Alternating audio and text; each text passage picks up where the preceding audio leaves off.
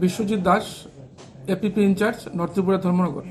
আপনাদের অবগতির জন্য আমি জানাচ্ছি যে গত 14/12/2025 ইংরেজিতে একটা এফআইআর হয়েছিল এবং পুলিশ কর্তৃপক্ষ একটা কেস নিয়েছেন।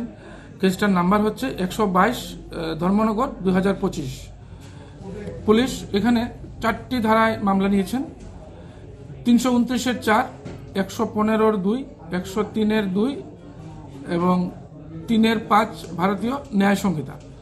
তো চুরাইবাড়ি এবং আসাম বর্ডার থেকে 3 জন আসামিকে গ্রেপ্তার করে আজকে কোর্টে তোলা হয় মাননীয় সিজেএম দেবলীনা কিলিকদার মহাশয়ার কোর্টে।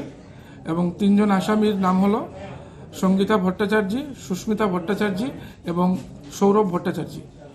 তো বেইল হিয়ারিংয়ের পর আদালত বেইল রিজেক্ট করেন এবং তাদেরকে আগামী 30 ডিসেম্বর পর্যন্ত জুডিশিয়াল কাস্টডিতে পাঠানো হয় এবং পুলিশকে আদেশ দেওয়া হয় ওইখানে যাতে ওই আসামিদের ইন্টারোগেশনও করা হয়।